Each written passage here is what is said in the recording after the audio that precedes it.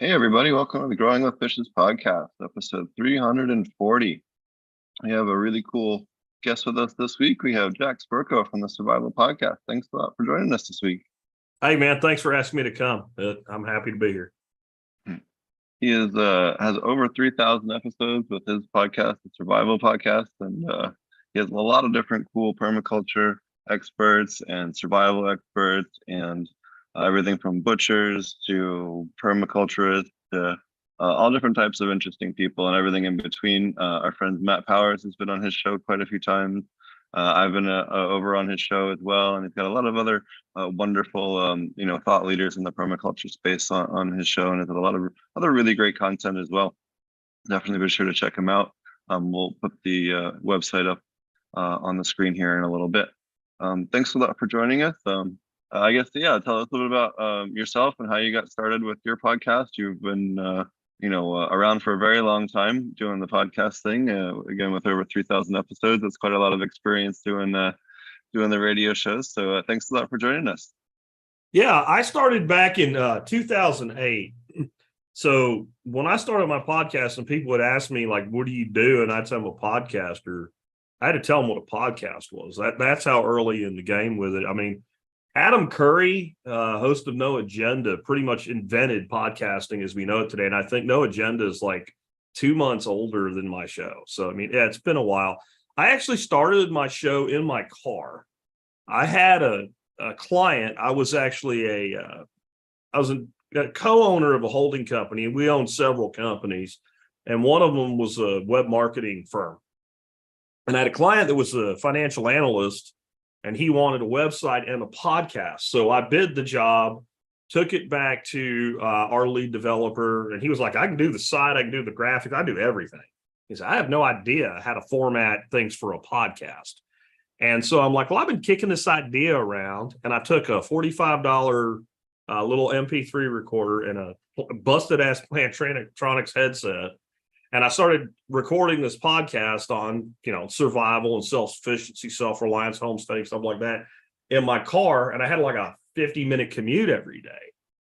And I found after about 2 weeks of doing it, I didn't want to punch a hole in the wall when I got home anymore. I felt like I had vented and let things out and got to communicate with people.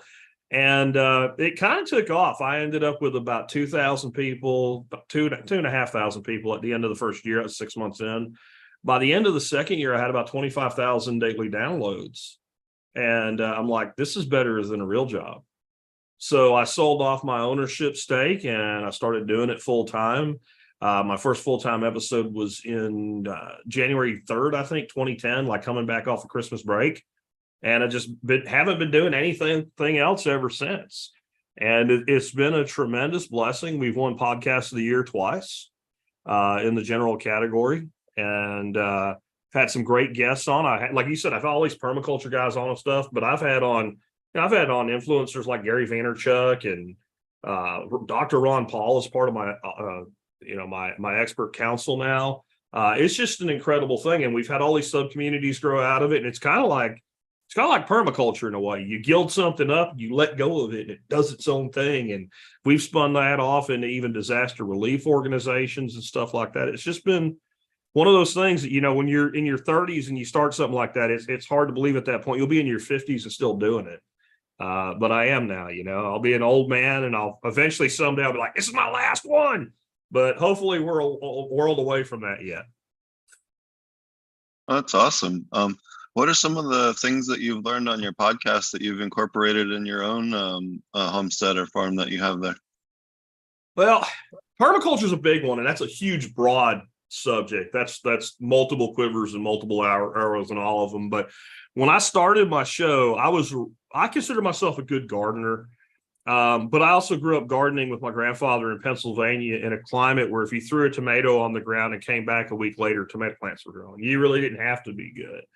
And I had started, gardening down here at my little homestead in Texas, and it was hard, and I was kind of bitching about it a little bit. And somebody sent me this video from Jeff Lawton called Greening the Desert. And at that time, I had heard of permaculture. The only video I'd ever seen on it was a bunch of people rolling around in the mud and shit. And I'm like, I don't know, man. I don't know how this is going to feed me. And I saw, and this was the first Greening the Desert. This is the cheesy one. It's like 5 minutes long. It's like still animation and all. But I was blown away that they could do this in Jordan. I looked out in my backyard and went, you have no room to bitch about anything. You can adapt to this. And I started learning everything I can. So permaculture's probably been the biggest thing, and learning it not as a series of techniques, but as a design science. Because I think there's so many people that get exposed to permaculture today through YouTube videos or whatever. There's nothing wrong with that, but they become convinced, like, say, a swale is permaculture, right? Or a food forest is permaculture, or a key line design system is permaculture, or a hugel mound is permaculture. When really permaculture is a design science, and these are all just techniques that, as long as we follow those ethics of care of the earth, care of people, return of surplus, we're still in the permaculture realm. So I've had people like literally ask me stuff like, so do you think it's going to be like aquaponics or permaculture? And I'm like, well, aquaponics is a permaculture technique, And so I think that that's probably the biggest thing, is this design science principle, and then incorporating everything, because that becomes somewhat omnipresent in your life. So my business is now designed off the same design principles as my homestead is. So we try to look at everything we do in the business from that same holistic design component. And when I do consulting, which is very rare because I hate it, but I always try to bring that to whatever I'm designing for somebody, whether it's a permaculture thing or whether it's simply a preparedness plan. Like, it actually fits everything, if that makes sense. Oh yeah, for sure. What are some of the more interesting discussions or different guests that you've had on around agriculture on your show? Well, let's see. Joel Salatin was pretty cool. I think one of the coolest things he said during our discussion, and this is probably 7 years ago-ish, but it was something to the effect of, like, your grandma always told you if it's worth doing something, it's worth doing it right. He said, I don't mean to disrespect anybody's grandma, but she was wrong.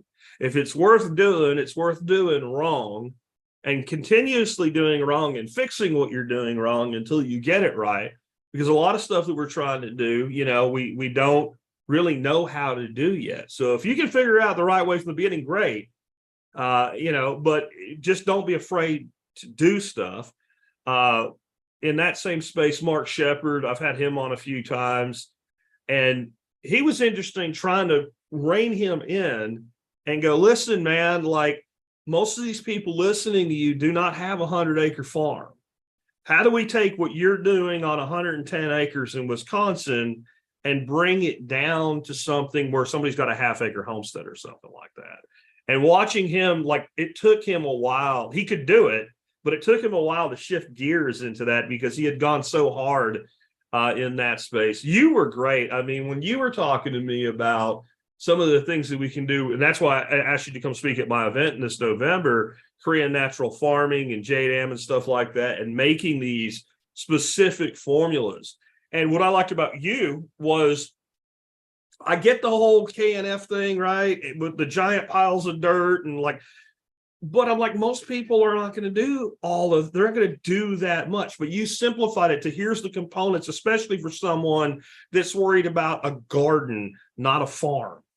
And so that was really eye-opening to me, because I had people on about the natural farming stuff before, and they would talk about it like it was all easy. And then I'd go look it up and go, this is weeks and weeks and weeks of work. This is more work moving dirt around than making compost is. And there's been a lot of, man, it's been just so many years, we're talking, I just had my 15-year anniversary for the show this summer. So, man, there's a lot of great people that I've had on. That's a hard one to really just pin down, but those are a few specific things. I definitely probably would have never gotten into aqua or hydroponics without the show. And that is a laundry list of guests over time that got me into that. And that was coupled with a friend of mine who's never been on the show named David.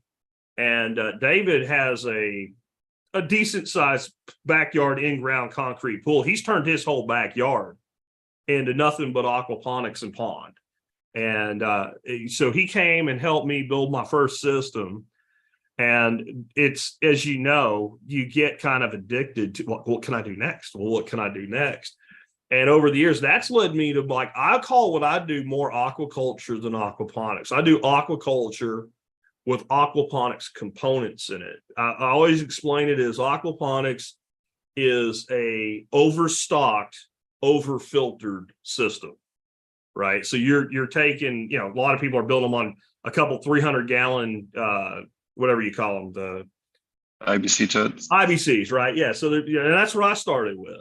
But now, like, I'm running systems. I have one. It's a 8 by 16 foot timber frame pond. It's about 2 foot deep, holds about 2,000 gallons. I've got another tank that I built because this is something your folks need. I always forget. Like, I'm on someone else's show. People don't know my history. Where I live, I cannot dig a hole in the ground at all. It's limestone. It's 12 inches, and in some places 4 inches of soil, and it's slab. So I build these things out of 4x4s with a pond liner dropped in, and I have one that's about 5,500 gallons. Well, you're not going to balance that with grow beds. That's just not going to happen, right? Because you'd have to super heavily stock that to do it all with just aquaponics. And then you also have a return issue there because you don't have a low sump to work out of, right? So I do a lot with, like, flow through wicking beds. A lot of these bigger systems, I will put some ebb and flow in them, and I'll grow low nutrient require stuff because, greens and what have you, or I grow a lot of old stuff, like ancient stuff, like groundnut. And for the people that maybe are not in the United States, I'm talking about Apius americana. It's a tuber, and that it does beautiful in aquaponic systems. And I got into aquaponics and hydro both from the audience and from guests as well. And hydro was interesting for me because I was not really vibing with that whole idea because it's, synthetic fertilizers and all. But I teach survivalism. I teach preparedness, and being able to grow food in your house is actually a pretty reasonable thing to head toward with that. And I think it actually made me a better aquaculturist because I took some things that generally are done on the hydro side that generally aren't done on the aquaponic side. So there's just almost everything I do today somehow is tied into the show. Whatever I'm into most is what I'm talking about for the next 3 weeks generally. Awesome. You actually have a lot of stuff about duck use on the farm. I'd love for you to touch on that because we haven't had a lot of people that know a lot about it, and we've covered that quite a bit, and it's something I wanted to have you talk to us about. So when we got here, like every new homesteader that gets a piece of land, we wanted chickens for eggs, chickens for meat, chickens. And as I said, this property is pretty brittle.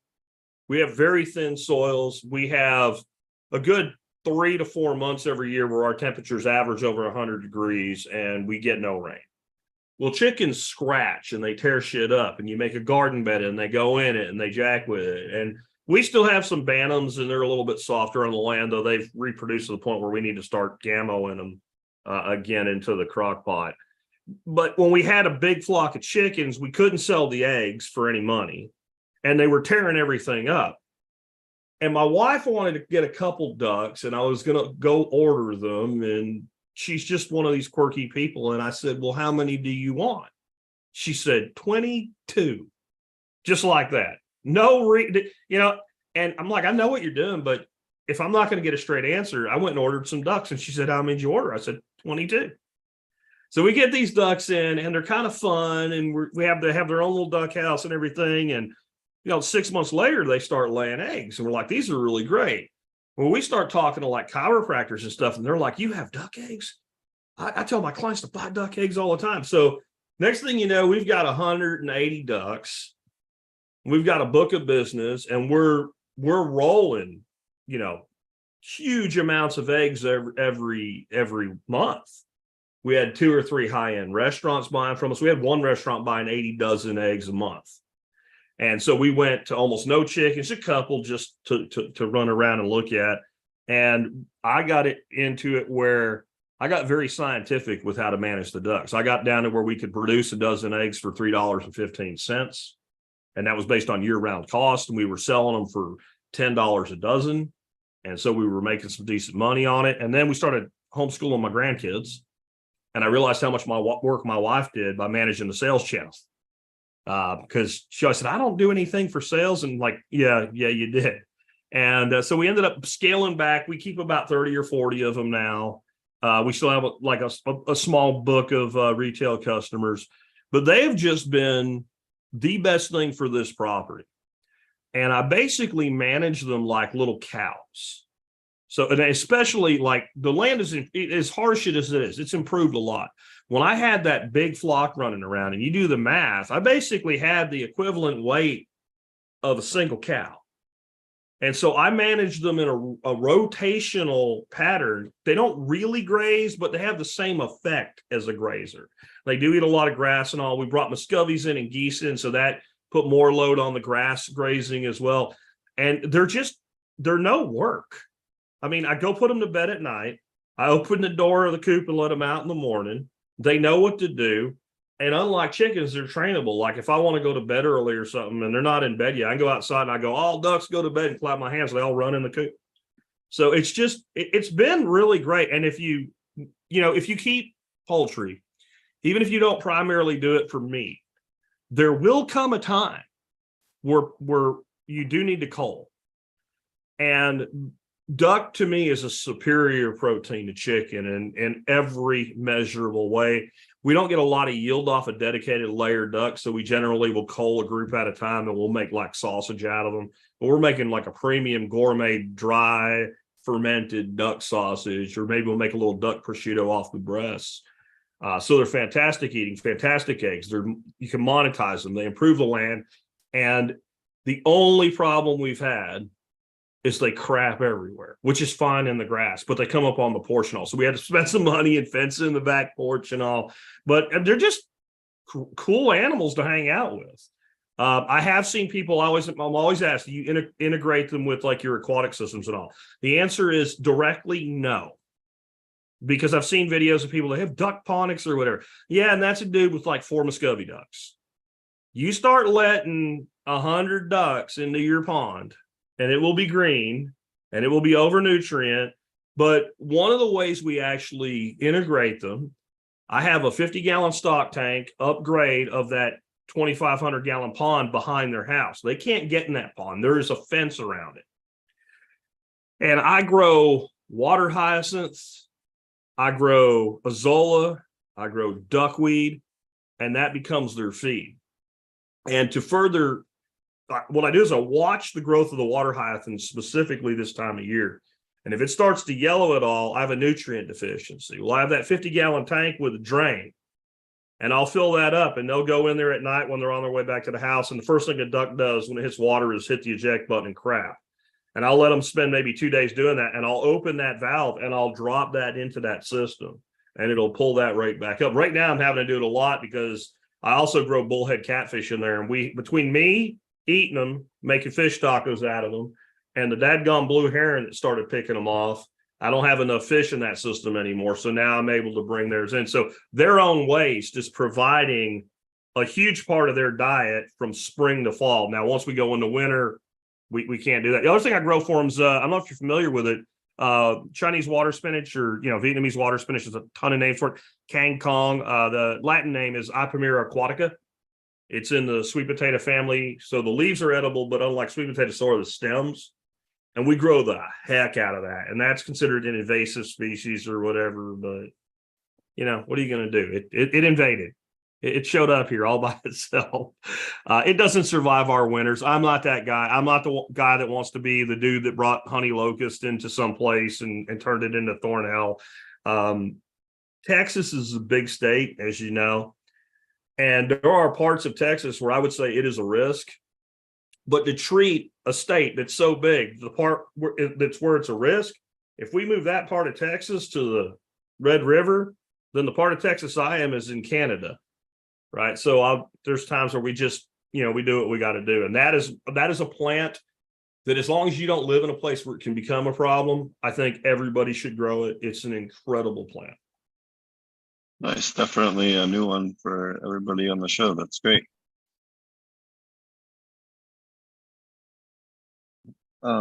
So tell us a little about growing in the heat in Texas. I know that definitely can be a challenge that a lot of people on the show have to deal with as well.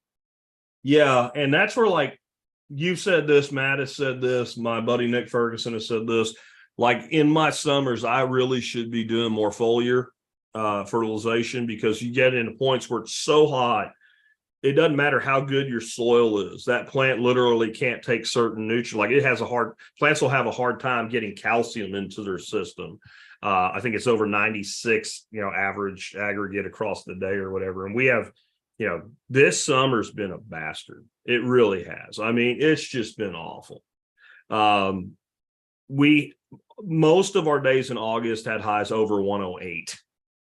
And then you're still looking at like 98 degrees at like 2:00 in the morning. And so we have what I consider like two Darths, right? Where you just don't really get any production. The difference is, if we do everything right, almost nothing dies. It's just not happy, and it's just not productive. So, for instance, this year, as always, I got a massive amount of chili peppers, sweet peppers, tomatoes, cucumbers, mouse melons, tromboncinos. I mean, just tons of production. The heat hits, the production wanes, all the plants look sad. Now I've got pepper plants that are 3 foot tall, ain't got a pepper or a blossom on them. But now we've turned the corner, right? We get into the fall, and I already know that by the end of next week, those pepper plants are just going to be covered in blossoms. And then it's just a matter of, well, how much can they produce before our first frost? Or this year, it's going to be, honestly, how much can they produce before that workshop that I mentioned earlier? Because we're going to do winter garden prep, and that means everything that's still there is going to probably end up going when we do that, just so the students can learn how to do a cover crop and a scatter mulch. And then we'll give them a good look at the irrigation systems that I designed this year. But there are people that say you can do what we do without irrigation, and I just say they don't live here. They just don't live here. And even with my shallow soils, to keep the ducks out, I build my raised beds about 2 foot high out of landscape timbers. So I've got 2 foot of soil before you hit the native soil. It doesn't matter when it's that hot. Like, if you forget to water one day, you go out and look at the plants in the middle of the day, and you go, damn, they're not looking good. So we just garden basically very early spring up to about mid to late June, early July. And we just know we're going to have that July, August, that my goal is to keep the plants alive, because I'll get that second flush. And when we get that second flush, like, I can see that this year, usually the heat's so stressful, we'll end up losing cucumbers, and I get enough cucumbers, I don't need any more. But I grow these little things, they call them mouse melons. They're also called Mexican sour gherkins. I don't know if you know what I'm talking about. They look like a tiny little watermelon. And I think they're also called cucamelons. Yeah, that's exactly the same one, right? So those plants will look like they're on the verge of death. They'll just go brown. And this week, it's the trellis they're on is just covered green again, and they'll produce again. And I like those. I take those and I take old pickle juice and I throw them in there, and I use them as like martini garnishes, because they're the cool. Instead of an olive, right? You got these little watermelon looking things, and they're delicious too. We grow a lot of, like, in the winter, we can grow a lot of things that can freeze kill, but we don't generally get hard enough freezes to kill them. So we can grow like daikon right through the winter. We can grow a lot of lettuces right through the winter. We had a winter a few years ago that wasn't the case, but made national news. We got, we were below freezing for like 2 weeks. We were below 10 degrees for a high for like 9 days. There's a 60,000 acre lake that's about 10 miles from me that froze completely over, and dummies were walking on it, because I'm like, I don't trust that ice, but y'all go ahead. But other than that winter, most of the stuff that you would call a winter crop, if it's established, it will live, especially in good soil. And that's something I've always been good about, is building good soil. I've got pictures somewhere of like broccoli plants with icicles hanging off of them, and they survive that. But you got to get them established. So we kind of grow in this 3-season model, and we're just not going to grow the warm weather vegetables in the winter. And we just keep the warm weather vegetables alive until the second flush through the summer. And I know there's some things we could do better, but I'm so carnivorous anyway that, okay, we're not getting lettuce right now. I'll deal with that, you know. And that's part of the aquatics thing too. Like, you grow with fishes, I grow fishes. I've got 9 to 12 pound channel cats swimming in that one pond out there. Nice. That's great. What other fish species do you grow aside from the channel cats and the bullheads? So yeah, channel cats and bullheads are my biggest ones. I do a lot of like bluegill, sunfish, perch, and things like that. I did tilapia. They were okay. I actually pushed tilapia to the limit to see what they could do. So I have another system that's built out of some stock tanks and like they're, I guess, the 6 foot by 2 foot. So they're about 470 gallons, I think. I had them all in one of the tanks in that system. And it started to get colder and colder and colder. And they were the white Niles. And they said they could survive to 55 degrees. 55 came, they were still in there. They were still eating. 50 came, they were still in there. And they would eat, sort of. 45 degrees came, they were in there. They were swimming around. They weren't interested in eating no more. That water hit 38 degrees. And all of them did this. For those on the audio, they just kind of laid on the bottom. And I had this project I was getting ready to do. I had a 300-gallon Rubbermaid stock tank, and I wanted to do a bunch with aquaponics indoors through the winter for content for my YouTube channel. And I'm like, I guess I'm doing it now. So I took the hose, and we have well water, so there's no worries there. And I just filled it up, and I thought, well, I'll throw them in there and see if anything happens. I threw them in there. 5 minutes later, they were swimming around. Like, I would have never believed it if I didn't see it. So that was the one group, and there were about 50 of them. And I grew them into the next season, and they were monstrous at the end of that season. And, you know, I can make anything taste good, but the quality of the flavor of the fish just wasn't that great to me. Like, I could lace it with like gochujang or something and make it a really good thing. But the flavor from our native fish tends to me to be better. And my other thing is, so native fish are resistant to native parasites, native diseases. They are adapted to native water. They're free, right? They're completely free if you go out and get them yourself. Now, most of my channel cats came from a stocking truck. Everything else has come from local ponds, local streams, and things like that. In Texas, bluegills, sunfish, green sunfish, all your little sunnies, right? They're considered bait fish. We're allowed to go out and catch them with a cast net. So I can go down to like one of the local park ponds. I can throw a handful of corn in there, count to 20, throw my cast net 3 times, and come home with 200 fish to stock. So that's why we tend to use them a lot. I also grow comet goldfish from the store. I always cycle systems with them. I'll go down there and buy 50 of them for 8 cents a piece and expect half of them to die. The damn things almost never die. You lose a couple, 3. And then you end up with these fish that are this big. Occasionally we'll sell one on eBay. Here's a little hack. There are yuppies, if that's the right word for them still, I don't know, that will buy shit if you call it the right thing. If you call it a goldfish, they won't buy it. But if you call it Asian heirloom carp and you pick one with some cool markings on it, you get about $50 for about an 8-inch comet long-tailed goldfish. And that, you know, you sell a few of those, you pay for your fish food for a season. And I have some koi. I've got a platinum longfin koi in that one big pond. He's probably 36 inches now. He's got a head about like that on him. And his most useful thing to me is when I feed them, I can see what else is in there, because when anything goes over his back, you get a good outline of what you're looking at. Because I don't know if you do channel cats at all. There's something weird that happens, and everybody I know that grows them in smaller systems like this has said the same thing. They turn black.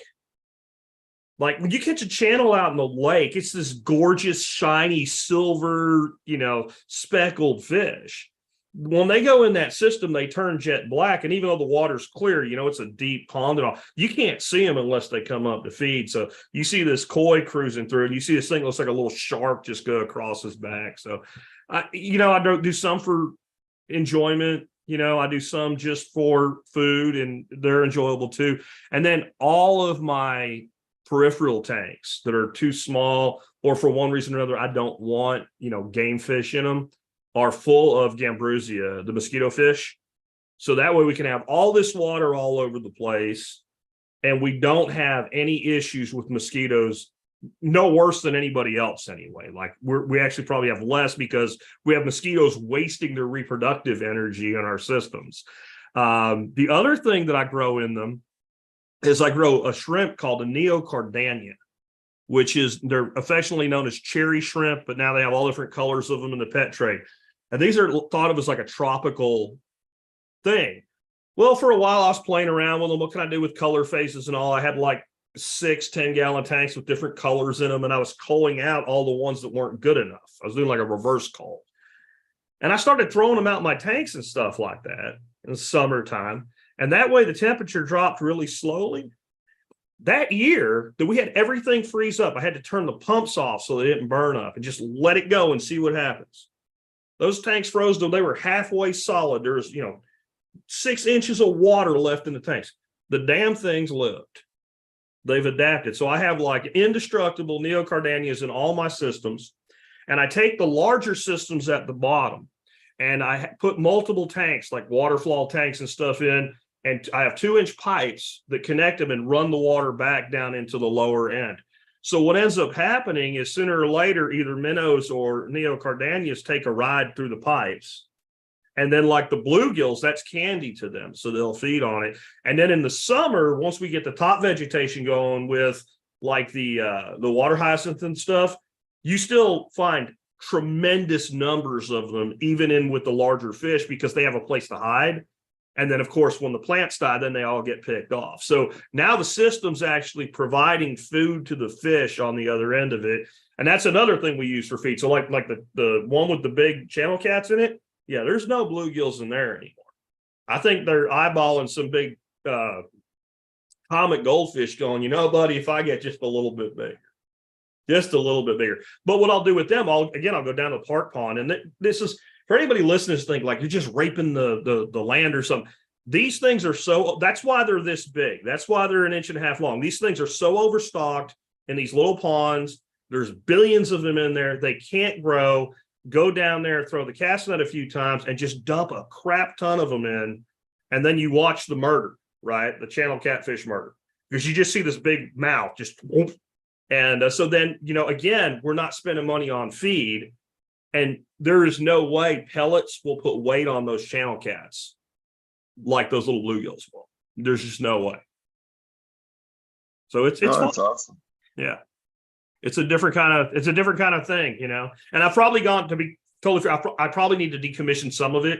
Like I have too many systems too spread out because I get these ideas and then you're a content creator. So it doesn't matter. Yeah. It's probably time to rein a few of them back in, But then it's like, well, which kid do I kick out of the house first? I really don't want to, I really like using those cherry shrimp and DWC systems. They help keep those raft beds much cleaner. They keep the roots much whiter and keep all the junk off and keep sediment off of them and eat all the little detritus and algae and everything in there. And they're also they do a great job too. of keeping this. Oh yeah. Especially for like large lettuce systems and things like that, or any DWC system or NFT system, they do really well in. I could see that anything with roots in the water, they're going to do a great job of cleaning it off because like if you want to catch some, like I have people come over, can I have some? Wherever I have floating plants, I just take a dip net and go under those roots and then you pull that net out and they're just, there's 50, 60 of them in there. And they breed like little rats, man. They breed like crazy. Oh yeah, and they can actually their preferred temperatures in the 50 to 60 range. They can tolerate high temperatures, but they can also tolerate very cold temperatures too. They're pretty hardy. There's another one I really like. These ones are a little less cold tolerant, but there's another one called Malaysian freshwater spider crab, and they're really tiny. They look just like a saltwater spider crab. They're maybe like the size of a quarter, or maybe slightly larger on the largest ones. But most of the time they're more about nickel size, and they're really cool because they're also very good at eating all the junk, and they won't eat the live roots or anything like that. They're very, very good, and they're also in high demand in the pet trade. So you can breed them out, in your huge aquaponic system, and then flip them whenever you need to buy stuff for the system. So it can be another great way to monetize. And they reproduce well in those systems, then, because like because like what I've noticed is like some of the stuff, like I have a couple swimming in one of my 55s back here. They call them bamboo shrimp or something, and they're gorgeous. But like the process to get them to breed is like bring the salinity up to this and then down to this and do this. And like, no, because the stuff I breed just breeds. So I'm going to have to check into those. Yeah. The other thing I've noticed is I have a system. It's probably one that needs to be decommissioned. I have a 50-foot long, 10-foot wide aviary that I put in for quail. And I have a tank in there. It's about 250 gallons, but it's pretty big surface area. And it's shallow. It's like an industrial drip tray I got off Facebook Marketplace. And I had aquaponics running out of that, using it as a sump because I could get it down low. And, the crawfish season came. So I went down and bought a burlap sack full of crawfish for a crawfish boil. And I'm like, why don't I throw 50 of these things in there? It's nice shallow water. It's moving. And I had a bad string algae problem. 2 weeks later, there wasn't no string algae. They're the only damn thing I've seen that'll eat string algae. And they eat the hell out of it. Unfortunately, I lost them all. There was a piece of the wiring that ended up peeling back on the aviary, and the raccoon figured it out. And it was a couple of days before I figured out that's what was going on. And there were little claws laying everywhere. But and that's something like anybody, when you start talking about doing this stuff, there's a big difference in doing it in like a warehouse with lighting or a greenhouse and doing it outside. Like one of the reasons I try to build all my tanks deep is one, it helps with the temperature fluctuation. But the other thing is it helps with the big giant bad bird, like the blue herons, because those fish can get down deep and that bird can't wade. And that's why they cleaned me out on the one behind the duck house, is because they can wade in there. And I put as much cover as I could in, and they still really totally cleaned that thing out on me this spring. What I do for cover in my ponds, I'll take cinder blocks and I'll set them so that the holes are like caves. And then I'll take 16-inch by 16-inch floor tiles and I'll put that like a table. And then the fish have stuff that they can get under. But even that bird figured out he could move the tiles. And so, I've done that also with like the 3-foot long ones that look like wood to make shelving for plants. Like my big pond has plants in pots all around the circumference, and they're like 3 cinder blocks high. And then they have these tables over them. And so, you down at Lowe's or Home Depot or whatever, and you're like, well, I need the cheapest ones. Well, what kind of pattern? I don't care what kind of pattern. I need whatever you have on clearance. And that is a great way in outdoor aquatic systems to build that shelving and create that structure. And then some of my systems I grow a lot of bluegill in. Bluegill are violent fish, man. They are like one of the most aggressive critters if you ever kept them like a tank where you can watch them. So when I do my cinder block, I'll alternate the direction of the holes in these towers that I build. So the bottom one's maybe going front to back and the next one's left to right. The next tower over, I'll switch it so that when they go in their little cave to be angry fish, they can't see each other. Because as long as they have their little place, they're chill, and you have less fighting, and then you have a higher survival rate, and you get a higher growth rate. You get more weight on the fish. So like those are little things you learn by doing stuff. I think some of the stuff, like I'm looking forward to you being here, because some of the stuff I'm doing, I don't know that anybody's done it that way. It doesn't mean it's right. It just means nobody else has done it that way, Oh, that's really cool. I was just going to say on the hair algae, I've also found that the Chinese high-fin sharks, they also call them pond sharks sometimes at the pond stores. They do really well with the hair algae. Really? And then as far as the bluegills go, what happens a lot of times, a lot of people get a lot of bluegills, or they're overstock their bluegills. Yeah. And they'll end up losing like one a week or one every couple of days, especially as they get bigger, because they start to fight and then they get like fin rot or whatever from beating each other up. If you feed them the lactobacillus curds, it helps because it's protein and fat basically. It helps speed up their growth, but it also helps because you have all this like free floating lactobacillus in the water. It prevents the secondary fungal infections on the fins. So they, unless they really get beat up real bad, they tend Where to do you get this? Where do you get this? So you can make your own. So you basically take rice wash. So take fresh rice, give it a quick wash to get the silt off of it basically. Pour that out into a separate bowl. Put a piece of cheesecloth out with that on top of it outside for a couple of days in the shade in a well aerated place where it's going to get some windborne yeast and lactobacillus. And then you'll notice they'll start to get a little bit of a film on top. Then it's good after, a day or two. And then you're going to take that, pour it into a bucket. I like to do about a half a Just gallon real of quick, that. you're using the water here, not the rice itself, or you're using the rice? Yes, You're using just the the water. water. Okay, all right, go ahead. So then you pour if you're going to do a 5-gallon batch, you'd pour about half a gallon of that into your bucket. I like to also take a couple of like kefir grains, if you have any fresh milk kefir grains, toss them in there as well, because it just diversifies your Lactobacillus species. And then put 4 gallons of milk, fresh whole milk in there. Okay. And what'll happen is the yeast and the lactobacillus and the bacteria will break it down and separate it. So the top part of it will come out like cheese, and you can actually take that curd. I like to feed it to the fish, feed it to your dogs, your livestock. It's a good probiotic for their gut. You can also take it, press it, and actually make cheese with it too, if you want to, for home cheese making. And then you're going to take what would be the whey, and if you're making cheese below that, and pour that into your aquaponics system at a dose of 1 to 1,000 to help prevent things like E. coli, improve fish growth and plant growth, and also eliminate silt and other junk that builds up in the system. So you said it would help with fin rot. Would it help with like fin fungus too then? Because I had that one year and it eventually cleared, and it was a freaking nightmare. It was absolutely a nightmare. Same thing with the catfish sometimes get that like weird fungal infection on their skin. Helps a lot with that as well. It's a great organic like antifungal treatment for fish, and it's something that you can dose a whole bunch into the fish tank right away. Just take the huge block of curds and just dump it in there and let them feed on it. And they're swimming in the medicine, you know what I mean, as they're getting fat. It's like eating butter or cheese to the fish, so everybody wins. But I've had really good luck even treating there was an 80,000 gallon commercial lettuce system that had E. coli in it, that it tested hot for, and we managed to treat it after 30 days of lactobacillus treatments at a 1 to 800 ratio. So even in an emergency situation like that, you can eliminate it from a system without bringing the whole system offline and bleaching it and all the other crazy crap that you would have maybe in a typical protocol for that. You can leave the system online, treat it with probiotics, and it'll come out clean just the same. So yeah, because that's the system I had it in was that big pond, that 12 by 12. It's like 6,000 gallons. There are 50 catfish in there that are bigger than my head. And if I did drain it, where am I going to put them? One of my other systems that infect that, and what I ended up doing was I just did massive water changes and massive water changes and massive water changes. And thank God I have a well, and I'm not because I did find a treatment for it, but it was an oil.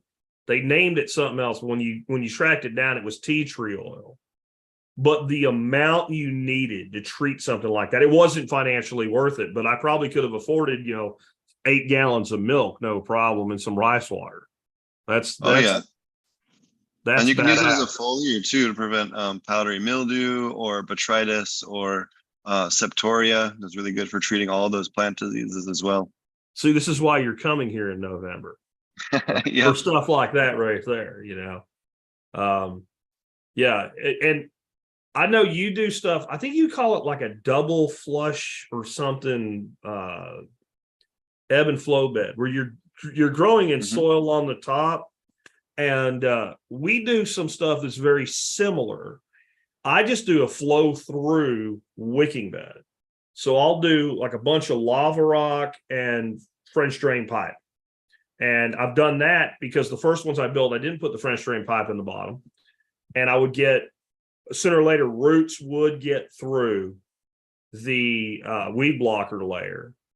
And then you'd have stuffed up bottoms, because we're actually flowing water through that system. And once we went to putting in, I just take the cheap thin-walled 4-inch pipe, put it on a chop saw and chop it into whatever length the bottom of the bed is, and line the bottom, and then throw the lava rock on it.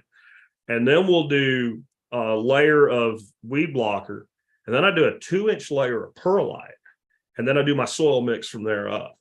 And those have been fantastic. We do, I have 4 of those, and mostly I just grow medicinal herbs in them. And that's like my biggest medicinal herb I grow here is comfrey. And that saved my butt today. I was, one of my systems, I grow this aquatic mint in it, and it's gone freaking nuts. And, look at the sump in that system, and it's holding a little less water than it should be. And that means that it's probably had an overflow event somewhere. And So I'm tracking it down. I realize what's actually going on is one of the emitters is not spraying. So I just open the valve to clean it out and put it back to the restriction I want. And as I'm doing that, in that aquatic mint, there was like a fleet of fire ants. And so if you live in the South, you're familiar with them. If you put comfrey on fire ant bites, I mean, as soon as they happen, it's still going to itch, but it will never, you know how they get like the next day where they look like pimples and they're around for like a week? That will never happen. And comfrey is the only thing that I found that'll do that. So yeah, and I've got in that system, like I said, that iPremier Aquatica, I've got 3 plants that I started in solo cups that I was like, I'm going to get them into the other system sooner or later. And I put those solo cups on a shelf in a oval stock tank, and I have trellis behind the wall. And just out of those 3 little cups, it's like a 20-foot building is covered in this stuff right now. And that's a green you can eat every day. And that's all it is 3 little cups. I mean, that's why I love I know you do too, the aquatic stuff. You can do things with it that you just can't do otherwise. Yeah, so I'm a big fan of the dual root zone method, and you can even run like that's a really what it was, acidic, Yep. You can even run like a really acidic root zone for like berries or something that wants a really weird nutrient profile and in the main part of its root zone, and then still feed it from the same feed as you do all the rest of the plants in the system, right? And have the kind of the best of both worlds. That's what's so great about it. Yeah. I don't think we're actually that far apart in what we're doing. Just you're doing an ebb and flow with it, and I'm doing a flow through. And what I do with most of my flow throughs, they're actually timed. So all I want is that water up to where it will wick in the system. So most of the year, I use a little $8 Century timer, 15 minutes. The water runs through it for 15 minutes. That's going to get it up to that level. When that timer stops running, it'll drop back down to whatever the set is on it, and it won't go off again until tomorrow. So that pump's only running once a day for 15 minutes. Some of them where it's a little bit hotter, once we get into summer, I'll set it so it runs 8 o'clock in the morning and 4 o'clock in the afternoon. So it'll go off twice. And then we talked about this. I run all my ebb and flow on timers. I got off of bell siphons. And I think part of it is because I do have so much going on. And if you don't check that shit every day on a siphon sticks, you can come back and like all your plants are dead or flooded or whatever. And once I went to timed systems, and that's what I was mentioning earlier, I picked up from the hydro side. So what I do for those that maybe understand ebb and flow but don't know what I'm talking about, instead of 1 bulkhead or uniseal in that bed, I have 2. And 1 pipe is flush with the bottom, or it can be a little higher if you want to hold your water a little higher in it. And I have another bulkhead in it with a pipe that will be your stand pipe. That'll set the level in your ebb and flow bed of where the top line of your water is. That pump will kick on, water comes in through that lower hole, fills up to the top hole, starts overflowing. And when that pump shuts off, the water goes back through the delivery pipe and goes out through the pump. And I usually put a swing valve off the pump to 1, throttle back how much pressure is going into the bed, but 2, it lets that water out easier. And I'll run those on a 1545. And I believe you said something about shortening pump life. That's not been my experience, because that pump, if it's running 1545, is only running 25% of the time it would otherwise. And one hack I'll give people, if you have multiple pumps in your systems, standardize. Pick a model. I run small pumps and big pumps. And you don't have to run the ones I'm running. I'm just telling you what I run. I run an Allied Aqua 550 as my small pump, and a Danner 3000 as my larger pumps. The Danners will give me 2.5, 3 years. The littler ones will give me 2.5 years. I've got ones that are on timers that are 5 years old and it's still running. But the reason you standardize, I have a couple of each on the shelf at all times.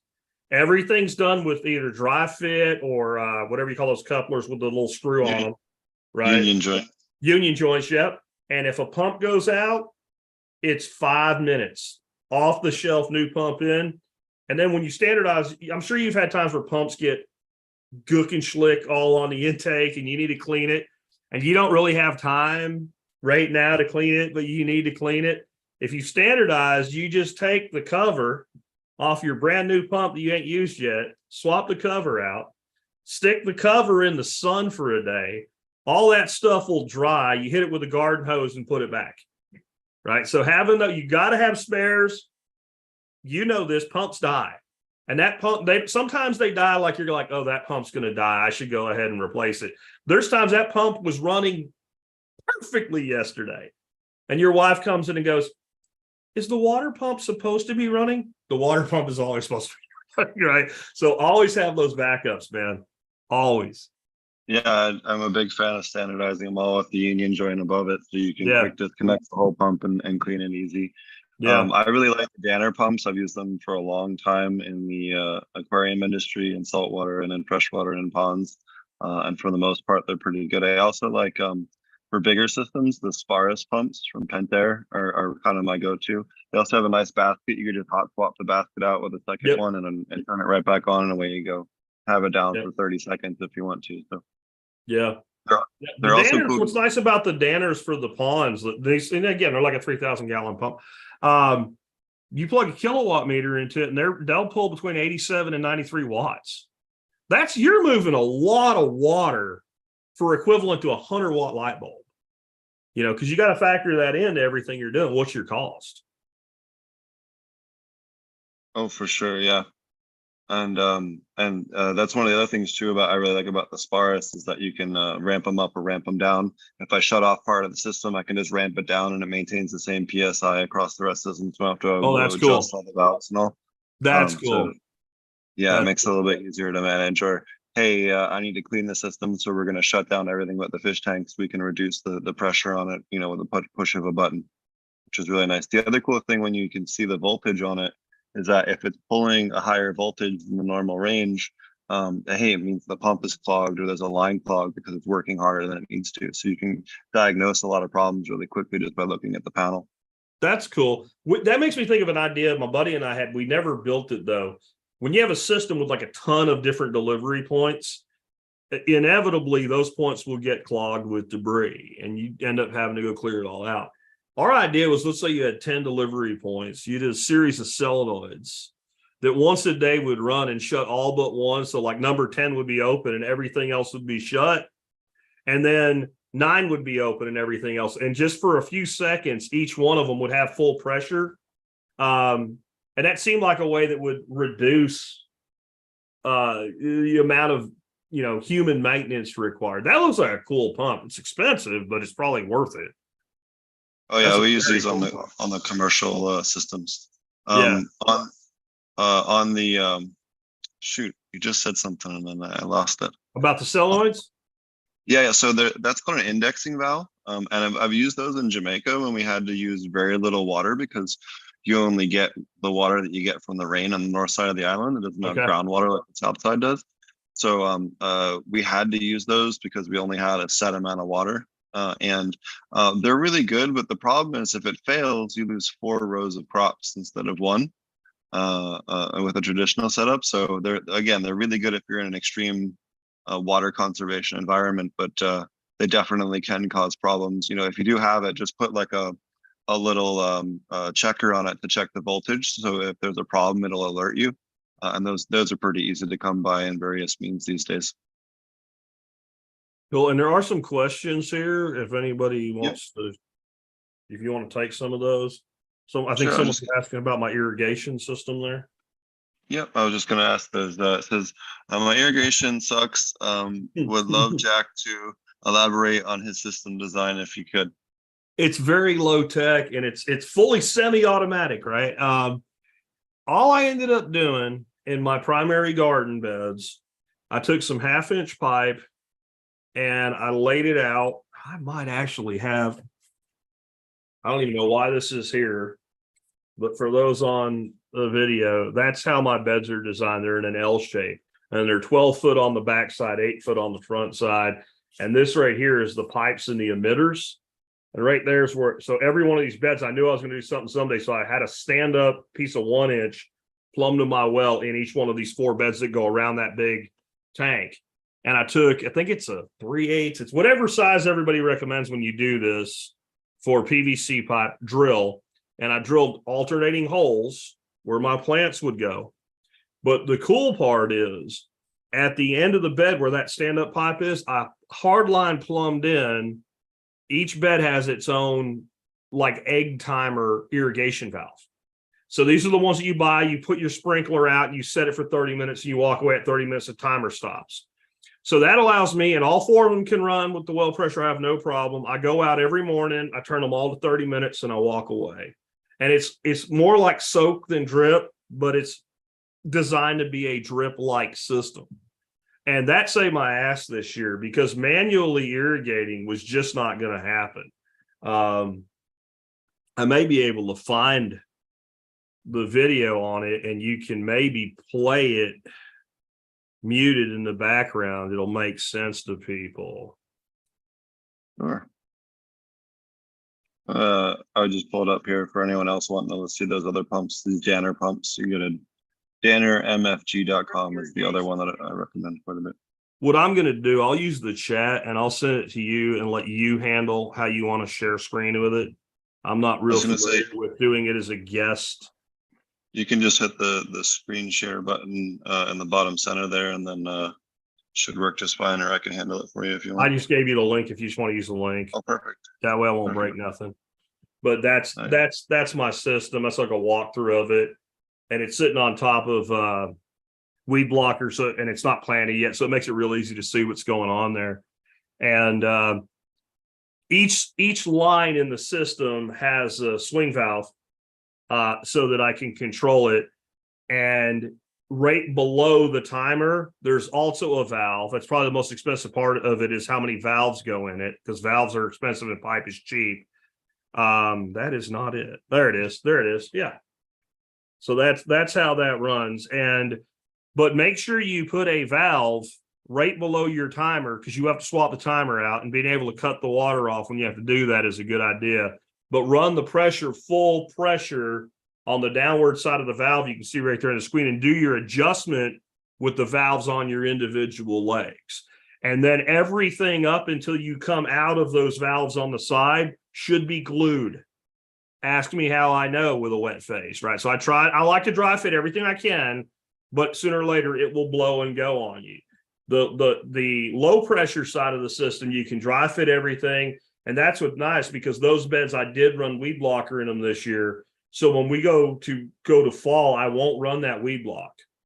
And so those pipes, you can just pull them out, throw them on the ground, do your service work, and drop them right back in.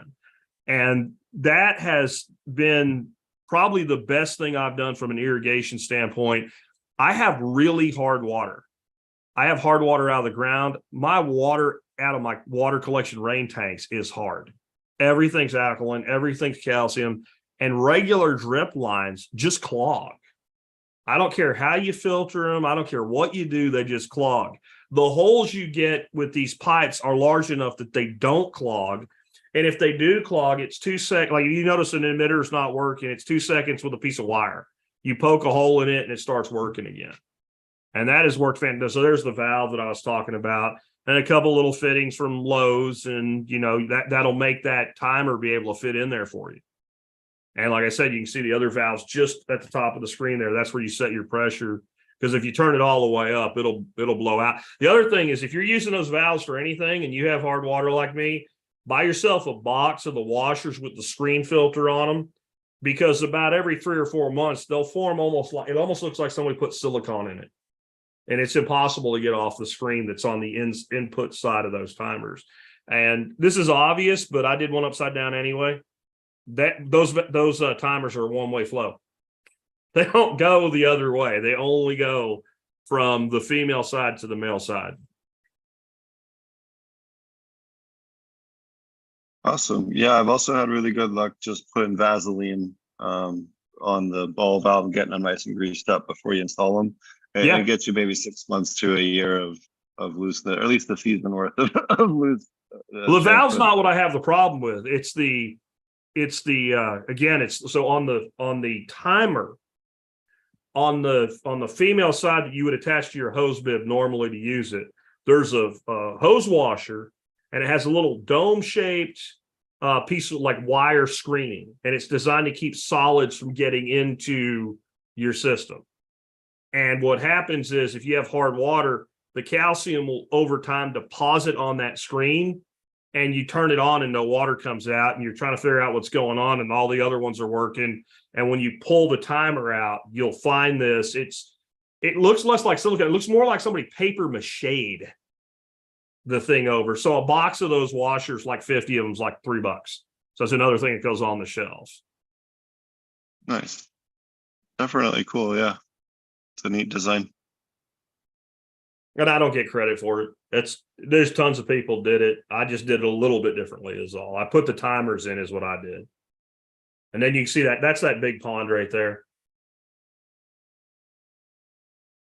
So that feeds those lines? No, that pond and everybody always asks that pond and those beds are not connected. It's just an architectural landscaping type thing there. Yeah. Because getting water from that pond and back into it, considering that it's above grade that high. If it was in the ground, I would do something with it. But that irrigation system's just run off my well. Cool. That's new. Yeah. That was a cool way to answer that question for sure. Yeah. And then somebody else is asking about breeding bullheads. I don't do anything. I put them in the pond and they breed themselves. For the catfish, and I don't know if I've ever successfully I haven't had any little catfish, little channel cats come out, but I have another one that looks just like that. It's a little bit smaller. And every spring I have baby bullheads in there. What I did was take some flower pots and put wet concrete on one side of them. So they would be weighted down on that side and they would lay on their side. And I put about 20 flower pots in that pond as structure on the bottom. And catfish like cave-like systems to breed in. I think that's where they're breeding in, but I've never put any that are, an inch long in there, and I've seen plenty of them. So they're doing what fish do if you give them the opportunity. I haven't put in any structure like that in that larger pond. And so I don't know if the channel cats are breeding in there. The green sunfish were breeding in there because I had little green sunfish everywhere until the cats got really big. And now, like I said, there's hardly any bluegills or sunfish in there at all. But I don't go out of my way to breed bullheads. I don't need to. So if you want to catch bullheads at like a park pond or something, go down to Walmart, buy the cheapest freaking shrimp they sell. Take a little Tupperware thing or something like that, throw a bunch of them in there and bury them in salt. Just plain everyday salt, just not any chemical salt or anything, just plain table salt. Give them about a week and rinse them off and put them in a Ziploc bag. They will last forever. They're like a piece of beef jerky. Bullheads freaking love it. And they can't steal it. So you take a knife and you cut a little nub of one, and I'll catch 5 or 6 catfish on one piece of shrimp. Or when you use fresh shrimp, you catch, one catfish for 5 or 6 pieces of shrimp because they're little and nibble it off. So I have these park ponds. I'll take my grandson down there, toward the end of the evening, and we can come home with 40 or 50 of them in an hour. So I just don't need to go out of my way to breed them. And what I like about that, since I have so many systems, what I'll do is I'll go catch a bunch of them in these ponds. Again, everything's, not getting enough food. There's not enough stuff in there. Or there's too many little fish in there is what it is. So you'll catch them, and we'll just basically keep the ones that are about 3.5, 4 inches long. We don't keep them if they're any smaller, and we don't keep them if they're any bigger. Because they're the most cannibalistic sons of guns I've ever seen in my life. I put like 8 of them in a 40-gallon breeder that I have as like a classroom system in my garage. And I had like all these caves I built for them and shit. It was all cool. And you hardly ever saw them. And finally, at the end of the season, I'm like, well, I need to get them out of there and do something else with it. So I pulled all that rock. There was one big one because he ate his 7 buddies. He'll eat the littlest one and that'll give him a boost, and he'll eat he'll work his way up the chain. So if you put them all the same size, a lot less of that happens. So then you can grow them to a certain size in like a 400-gallon tank. And then at the end of that season, you can harvest your bigger system, drain that other tank down to where it's easy to net them out, take all your structure out and dip net them and pitch them in the next one. And then next spring, replenish them. And to me, I like fishing anyway. There's tons of them available. I didn't do that the last couple of years. I just kind of let everything go the last couple of years. And I've got bullheads that are freaking 16, 17-inch bullhead cats. Of course, you know how they are. They're half head, you know. And I really need to get more into black soldier fly to deal with heads and guts and stuff like that. But that's another thing to do, you know. I always say good luck with hot dogs. Yeah, hot dog works. If you want to improve your hot dog use, throw some strawberry jello on it. It'll cure them. It'll make them hard, and it's a lot harder for them to steal them, and they like it. I'm catfisher from Jacksonville, Florida, way back. I mean, I grew up on eating catfish. And if anybody tells you bullhead ain't good to eat, ain't ate bullhead. It is a fantastic fish. I will say the one thing about it. You do not want to take them for food in the warmer parts of the year where your water temperatures are higher. The texture of the flesh gets a little bit mushy. So harvest them for food like once your water temperature is in that lower range, you know, when it's in the 70s, even lower 80s and down, and the cooler, the better. If you do harvest them in the summer, salt them a little bit and let them sit for a couple hours before you cook them. That'll pull some of the moisture out of them, firm the flesh up. And then the other reason people don't like them is they're a pain in the ass to clean. Well, go to YouTube, search for shucking, like shucking corn, shucking bullheads, and you'll see this old man named Shotgun Red with a little bitty pocket knife show you how to clean a bullhead in about 30 seconds. And basically that little fin on the top of the tail, you put your knife under there and you cut a slit up his back till you get to that top one that'll stab you in the hand. You put the knife down in and you break the spine without cutting into either side of the skin. You take a pair of $2 hardware pliers and you grab the spine and you hold the head and you pull in different directions. The head, the skin, and the guts will be in your left hand, and in your right hand, that pair of pliers will be a skinned, bone-in, perfect little fish to cook. Take that fish and cut about 4 slits on both sides of it, because catfish have fat, and let some of that grease render out. Fry it, grill it, smoke it, do whatever you want. They're fantastic. My wife's picky, and the last time I cooked them, I made like 4 each for us, and she took 3 on her plate. I ate my 4, and I'm like, "Are you eating your last one?" She's like, "Yes." So if my wife will eat it, it's good to go. That's great. Yeah, I also used to do garlic dough balls. So we take like tuna and clam or crab or whatever meat you get, like in the canned small section of the grocery store. Yeah, Like all that can of each, throw it in a bowl. Get like the easy can pop dough balls, like the biscuit dough that has the garlic in it. Get that, throw it in there, make it all until it's kind of like a wet dough with the meat in it. And then take garlic powder and use it to dry it out as like a flour replacement until it's the right consistency again, dry wise. Then take all your little leader hooks, put them into little balls, put each one in there, and then throw them in the freezer until you're ready to go. And you put that next to your beers, keep your beer cold when you're fishing. And you just pop one out after. Yeah, and then they're frozen, so you can cast them out really hard, as hard as you want. They'll stay on there, and then they'll melt and release the snow when they hit the bottom. And man, I was fishing up on the Klamath River in California one day with some people that are, born and raised up there, and they weren't catching nothing. And I was like, "Oh yeah, I forgot we have those in the cooler." I grabbed them. I started catching fish after fish after fish. Yeah. Yeah, hot dogs were a big thing when I was a kid for bullheads. And you sit right next to somebody else fishing.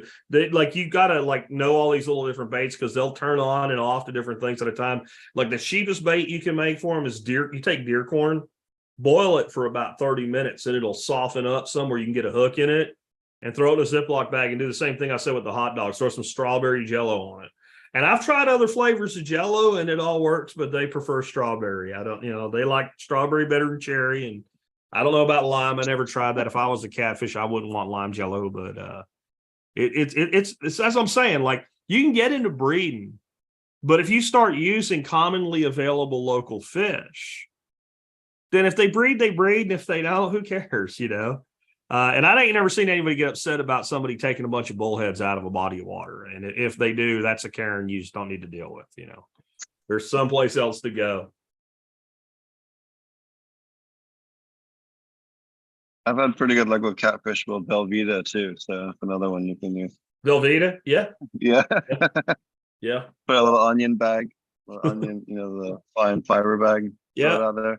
Yeah, chicken liver works too. It just doesn't work for long. As soon as all that blood comes out of it, they stop messing with it. But yeah, there's never hurts to use worms. Everything eats a worm. What kind of cool content and guests do you have coming up on your show? Oh, you would ask that. My wife does all my booking. I do have a guy. No, I just had this guy, and I just had a custom butcher on. I got a gal coming on that's a butcher. That I think she's booked next month.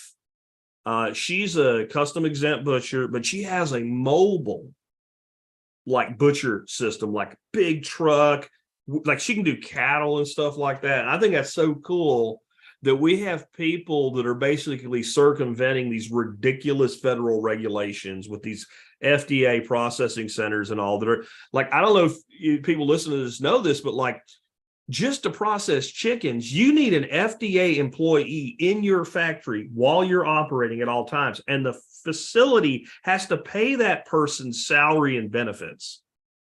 And not as an employee of the processing facility, as a federal employee with, gravy train benefits and all. So that's part of what makes us producing our own food and being able to process it for customers a lot more expensive. So that's one way we have people getting around it. I got another gal coming on. I met her like a year and a half ago at a place I spoke, and I don't remember her real name, but her trade name is Blue Lotus. She's a young gal. This girl's going to be a rock star in the permaculture space eventually. I told her back when I met her, put in a guest form. I'll have you on. I didn't hear from her for like a year. And I think it was her first public speaking event, your first event, and you're sitting in front of 500 people. It made her a little nervous and what have you. And I think she thought maybe I would. I'm like, no, I'll have you on. She's part of a group called the Vigilantes, like vigilantes, but vigilantes. They do guerrilla gardens in and around Philadelphia. And they're basically the thing is like plants don't need permission. So I've got her coming on, and I know we're booked into November, but that's the only two that spring to mind that I can think of coming up. I got you one better on idiotic government meat laws. So aquaponic cannabis facilities, because they are growing a Schedule I plant, can't actually do meat processing and process their own fish. They have to use a third-party fish meat processor because the meat inspectors can't go into Schedule I facility because they're federal employees of the USDA. So you can't actually you sell trout or anything like that you grow at your facility. It's ridiculous in the United States. You have to sell them through a third party. It's absolutely nuts. That is, I don't. So they did it, but we're the ones stuck with it, right? I don't know, man. It's just beyond goofy, man. It makes no sense. It's one of the things I brought this up. I've actually written a couple of senators and was like, hey, can you just make it so that we could get a meat inspector, please? Like, we should be allowed to sell stuff to customers that we grow, right? Like, isn't that a reasonable thing? The trout isn't high, okay? It's just a trout, Well, that was the plan, was to do smoked medicated honey trout. That was the original plan. But it's just one of those weird things where like I'm sure that no one that actually was like a lawyer looking at paperwork thought of that complication, but like you see this all the time with wildlife. Like for instance, in Philadelphia, they wanted to make all monitor they want to make Komodo dragons illegal, right? So they made the genus Varanus illegal, so all monitor lizards illegal instead. Anything with a venom gland is technically illegal in the county of Philadelphia, which includes coral, beekeeping, like a whole bunch of stuff that is technically illegal but never enforced. Like there's just these most idiotic rules when it comes to animals where the lawyers know nothing about biology, end up writing the damn thing. So no, government is a failed experiment, in my opinion, as you might note from behind me on the wall there. Because what you have is people making regulations about things they don't know anything about. I remember years ago when I first started was when the famous tubes speech happened in the Senate. I don't remember who this antique of a man that was a senator. Ted Stevens from Alaska did Yeah, the yeah. internet as a One series of my tubes. staff sent out an internet on Tuesday. This is a sitting senator, right? Like, and it didn't show up until Wednesday because there's tubes and the tubes are full. And you're like, oh my God, you don't need to be making any regulations about anything, no laws about anything. You are too stupid. And I want to be fair to that guy. You just don't know. It's not even stupid. Like, why would a guy that's 90 years old know jack shit about the internet in 2008, right? Or it was, I think he was actually like 2004 when he gave that speech. Like, but it's chronic and it's in every, it's part of permaculture's pattern recognition. Once you see that pattern, you just see like, oh, they're going to touch this. They're going to mess shit up. They're going to mess shit up. Like we were talking earlier about cannabis in Texas, right? And we don't have the level of cannabis freedom many states do. But we ended up with kind of like, this is where sometimes they screw up to your advantage. So it's always been kind of a low level misdemeanor to have a small amount of marijuana on you in Texas. And now it's like, don't go flaunting it, because if you come here and you're not from here and you don't know where you're at, because you could always be some asshole, you don't know. But mostly you're just sent away if you have a small amount of cannabis on you now, because they made CBD legal. So the little test kit that Officer Friendly drives around with in his car that turns blue or whatever, it doesn't tell him what the THC content of the bud is. It just tells him it's cannabis, which we all know it's cannabis. It smells like cannabis. It tastes like cannabis. It looks like cannabis. So all you do, well, what is that? That's CBD bud. Well, the test they have to do exceeds the amount of the fine. And so what happened is when the legislator made the CBD legal under the Farm Bill, they didn't put any money in the budget for the testing. So like all the sheriffs and local police chiefs and stuff are like, well, we're not doing it, because every time we do it, we lose money. So that's like, I can't really think of a lot of times they've screwed up and it benefited us, but that's one of them right there, and there's a lot of stuff that like your garden variety cop is just not going to enforce. Like it's actually illegal to pick a deer up off the road here. Like if one gets hit by a car, like where I lived in Pennsylvania, you call the game warden, he's supposed to come out. He never wanted to come out. He would just say, what's your name? What's your license number? And he'd give you a confirmation number over the phone. You pick the deer up. If somebody reports you as something and a different game warden from a different county showed up, then you just said, here's my number. He called it and you were good. Here, you can't even do that. Can't put it on your licenses like a kill with your tag or whatever. But, I pick them up anyway, because who's going to do something about it? Give me a fine. I'm ahead on that. Well, a couple of years ago, I saw one. It looked like it had just been hit. It was cold out. It was perfect.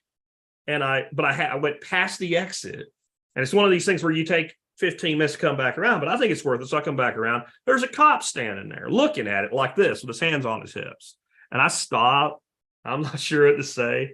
And he goes, what's up? I said, well, I'll tell you the truth. I was going to pick it up. He goes, grab an end. And he threw it in my truck with me. So my brother-in-law is a cop. I asked him, I said, do you guys even have a way to write that up? He says, no, it'd have to be a game warden.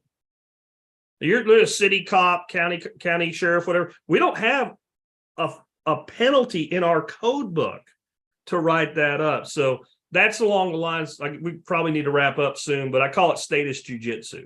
Just how much can you get away with by using the state's own stupidity back against it? When we had a farm we worked with for a while in West Virginia. West Virginia is the worst state in the country for raw milk.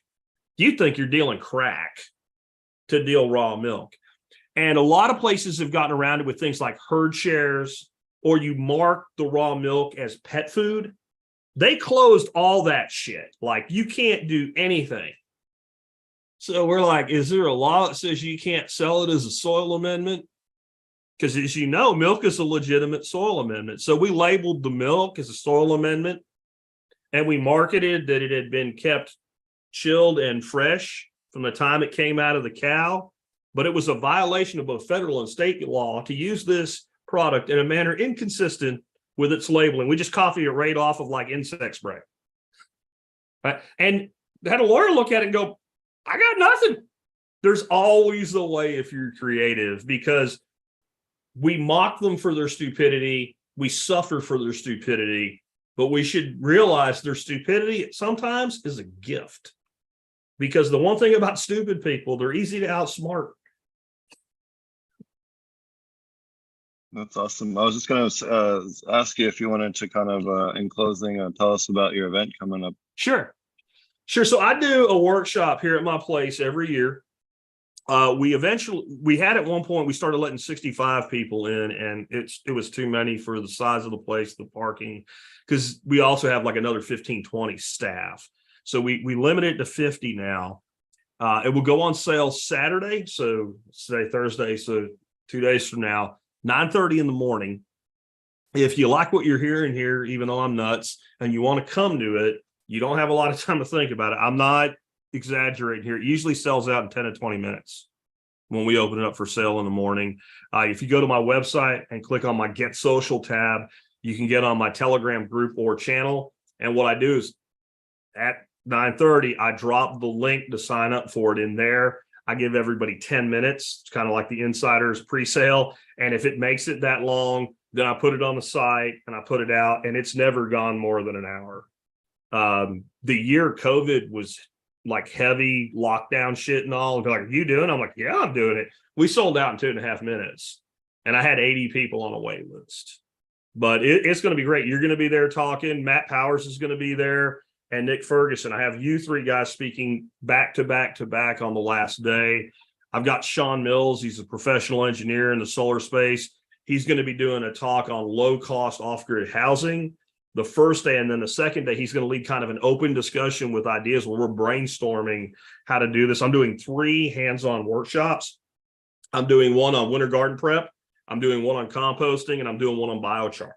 So I'm running those the morning. There's 3 mornings, 3 full days of classes, and we're running those on the mornings. And we have speakers in the afternoon. John Pugliano is going to be there, self-made investing millionaire and a prepper and a gardener and kind of all our stuff. Ham radio operator. He'll be talking about the state of the economy. It's a party. It's $600, and I think the food's worth the money. Like the last night, we do kind of our big meal, our big special meal. We have a local chef named Tim Love. He's kind of like a B-tier celebrity chef, like under the Guy Fieri's and Bobby Flays of the world. And I get sausage from him. We do an elk and beehive cheddar and a rabbit and rattlesnake sausage. So everybody gets a link each of those, and a big link, smoked pork shoulder, cowboy beans, all that. I mean, we're going to do first day, we're doing center cut pork chops. So we're not throwing a sandwich at you or what have you. Like we feed, good meals every day. We have karaoke at night. We do barter blanket on Friday night. We bring Uncle Julio's in to cater Friday night. It's pretty awesome. And then some of your listeners may know who Jim Shockey is. He's probably the biggest name as an outdoor writer. I had him on the show about a month ago, and I made a deal with his publisher. All my students are getting a signed copy of his new book. We try to make it extra special. And the big thing is you're kind of in an insider's club. There's actually a Telegram group that you don't get to be in until you come here. There's actually a kind of almost like a call sign phrase, like a challenge phrase. It's talk to the squirrel, but you don't know what it means unless you've been here. You got to come here to find out what talk to the squirrel means. So if you tell somebody you've been here and you're part of the inside group, and you don't know what talk to the squirrel means, they don't believe you. It's a fun environment. And I mean, I've seen tremendous relationships build out of it. And there might be a romantic one or two. I'm more talking about like business relationships, partnerships. The first night, Wednesday, when people get here, because most people camp on property, people are hugging each other, hadn't seen each other in a year. They're like, I come here because this is where my friends are. So it's different than any other similar type of event. And I think part of why we've done a good job with it is when I wanted to start doing these, I went to like every event I could go to. Permaculture, bushcraft. Like I went like 6 events in 6 months, big multi-day ones. And I just looked at everything I didn't like. And as kids came on with my wife and said, well, I don't know how, but we're not going to do that. We're going to make sure, I went to one permaculture event and they were feeding me broccoli and tofu. And I'm like, this is a $1,200 event. and I'm eating broccoli and tofu. And I got nothing against broccoli and tofu, but it's a side. It's not my dinner, not at $1,200. Or, I went to ones where like you had to bring your own plate and fork and shit. And I'm like, we can provide flatware and freaking plates to people. Like, so, when we moved here, we were like, yeah, we can do this now. The place I had before was up in Arkansas. We had 5 acres, but it was very steep. And I had neighbors that really didn't want people around and what have you. And it just didn't work. Where we're at now, the place is flat, so we can easily park the number of people we let in. And it's pretty cool. I think you'll dig it, man. I really do. I'm excited. Let me, why don't you tell people how to find you, and I'll throw the website back up on the screen again here for you. Sure. The website is thesurvivalpodcast.com, but if you don't want to type in too many letters, you can just use the short URL, tspc.co, tspc.co, and it'll redirect there. And you can see, all my podcasts. If you look right there, going down the right side of the screen, the archives, that's how many episodes there are. That's, you're at 2019. It keeps going, right? You can see we just did a show on home protein production and home butchering, and we go all the way back to that March ain't supposed to be there. Don't click on that till I get rid of it. I know what I did. I think what it was is I had a post I wanted to make available but hide from the public, and I didn't realize I was going to stick it there in the archive, so I just dated it so old that nobody would see it. But yeah, you can, and I do product recommendations every day too, for products that I use in my own home through Amazon affiliates. If it's there, I own it. I bought it. There's the workshop. Like that. Go back to that picture real quick. That just gives you the kind of the vibe of what's going on. That was the 2021 that picture is from. And I had just gone in the house, and Gavin Newsom, because it was right up against, Thanksgiving. And Gavin Newsom was talking about maybe you could have somebody over for Thanksgiving, maybe one person. And I went out and told everybody that, and everybody erupted, and the people that are listening to the audio version you're missing out not seeing this picture. This is like a Where's Waldo picture. The more you look, the more interesting it gets. And this is what I mean about the kind of people that are part of this. If you look to the left side of the screen, there's a dude with like a white visor cap on, and there's an old man behind him right there in that cowboy hat. That man's name was Steve, and he had 2 kidney transplants in his life. And he was one of the guys, like, he was a huge part of what we did. He was the guy that when somebody was a little shy, he went up to and put his arm around them. What are you doing? Who are you? Where are you from? And he'd like figure out, well, like, who are you going to vibe with? And he would make introductions. He was just that dude. And he was at this one, and people were saying, are you afraid of COVID? He said, I ain't scared to die. I'm on 20 years of borrowed time. I'm not having something taken away from me. He's just a tough old man. Unfortunately, the next spring he did pass away, but it wasn't COVID. He had a stroke again. He had so much dialysis and so many transplants. It was just something was going to happen eventually, and it did. But like, it's a family, but you will be welcome if you're a first timer. Awesome. Well, it sounds like a really cool event for sure. And if you guys haven't had a chance, be sure to check it out. If you want to listen to me, I'm episode 3115 of his show.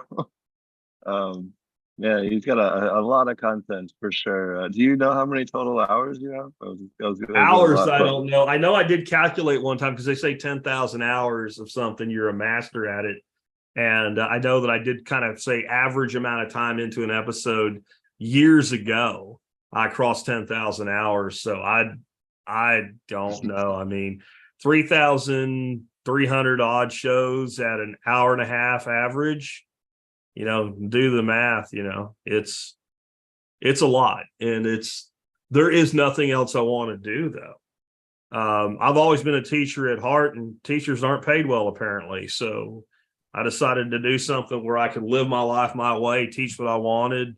And I could even be a jerk, and people would like me for it. So that's actually a thing. I think it was my 3,000th episode or 2,500th episode. Jack, you're a jerk show. So I just had people call in and tell me why I'm a jerk. And the show went like 4 hours, and they had like 2 minutes to leave a message, and we ended up with like a 4.5 hour show. And where it came from is in the very beginning, I would talk about things like eliminating your debt and getting prepared and whatever. I said, you're never going to call me and go, Jack, you're such a jerk. Because of you, I have all this stupid money that I don't know what to do with. And when we were locked in the house from the ice storm and the power was out, we had backup power. You're never going to call me a jerk for that. And then people started doing it like as a joke. Like I would get these emails like, you're such a jerk because of you, I started a business and quit my job and stuff like that. So when I think it was episode 2500, I was like, why don't y'all just call up, set up an 800 number, give you 2 minutes, call in, we'll just play the audience talking about the impact the show's had on them. And again, it was like 4.5 hours of people doing that. And that's a payday, bro. Money pays the bills, but impacting people's lives, that's what makes podcasting worth doing. All right. Thanks a lot. I really appreciate you being on the show tonight. And yeah, I'm really looking forward to coming out to your event in November for sure. Absolutely, man. Sure. Thanks a lot. And thanks everybody for watching. Again, you can find him at the Survival Podcast, survivalpodcast.com. You guys can find me at Ponics, SoundCloud, YouTube, Spotify, all the things. They did have an issue with our podcast episodes. They're migrating them to another server. So if it isn't working currently, give it another day or two and they should all be working again. I did have to write them an email about that this week. So if you're having issues with that, that is why. And if you're at the Aquaponics Association conference this weekend, be sure to check it out. I'll be speaking on Saturday at 4:00 Mountain Time. Alrighty, guys. Thanks a lot for watching. We'll catch you guys again next week. Thanks a lot, Jack, again.